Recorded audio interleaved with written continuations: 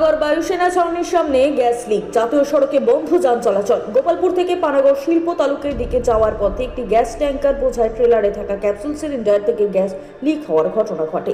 এর জেরে ট্রেলারটিকে 19 নম্বর জাতীয় সড়কের উপর দাঁড় করিয়ে দেওয়া হয়। ঘটনাটি ঘটে কাঁকসার বিরুডিহায় বায়ুসেনা ছাউনির গেটের কাছে কলকাতাগামী লেনে। ট্রেলারটি জাতীয় সড়কের উপর দাঁড়িয়ে দেওয়ায় কলকাতাগামী রাস্তায় সম্পূর্ণভাবে যান চলাচল বন্ধ হয়ে যায়। খবর পেয়ে দ্রুত ঘটনাস্থলে পৌঁছায় কাঁকসা থানার পুলিশ এবং দমকল বাহিনীর একটি ইঞ্জিন। দমকল কর্মীরা গোটা এলাকা ঘিরে নিরাপত্তা বলয় তৈরি করেন এবং সাধারণ মানুষকে নিরাপদ দূরত্বে সরিয়ে দেওয়া হয়। ঘটনার খবর দেওয়া হয় সংশ্লিষ্ট সংস্থার আধিকারিকদের। প্রায় 1 ঘন্টা পরে তারা ঘটনাস্থলে পৌঁছে মেরামতির কাজ শুরু করে। দমকল আধিকারিকরা জানান, খবর পাওয়া মাত্রই তারা ঘটনাস্থলে পৌঁছান এবং পরিস্থিতি নিয়ন্ত্রণে আনা হয়। যদিও বড় কোনো দুর্ঘটনা ঘটেনি, তবুও সতর্কতামূলক ব্যবস্থা হিসেবে জাতীয় সড়কে যান চলাচল বন্ধ রাখা হয়।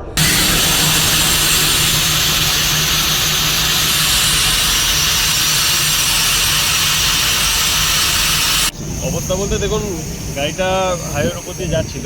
এবার যাওয়ার সময় হঠাৎ একটা লিকেজ হয়। এবার লিকেজে সঙ্গে সঙ্গে আমাদের কাছে খবর যায় এবং আমরা তাড়াতাড়ি এখানে আসি। এসে দেখি যে এখানে গাড়ির মধ্যে 8টা সিলিন্ডার আছে। ওই 8টা সিলিন্ডারের মধ্যে একটা সিলিন্ডার লিক করেছে এবং এই লিকেজ রিপেয়ারিংয়ের জন্য ওদের টেকনিশিয়ানের লোকজনকে খবর দেওয়া হয়েছিল। ওনারা এসছেন। এবার যত তাড়াতাড়ি সম্ভব ওনারা লিকেজ করতে পারবেন। হ্যাঁ, সেরকমভাবে আমাদের পরিস্থিতি এখন কিছুক্ষণ দেখার পর বোঝা যাবে। পুরো কারো কিছু হয়েছে নাকি? না, কোনো কিছু হয়নি। ওপেন জায়গার মধ্যে হয়েছে, কোনো রকম ফায়ারও হয়নি, শুধুমাত্র লিকেজটা দেখা গেছে।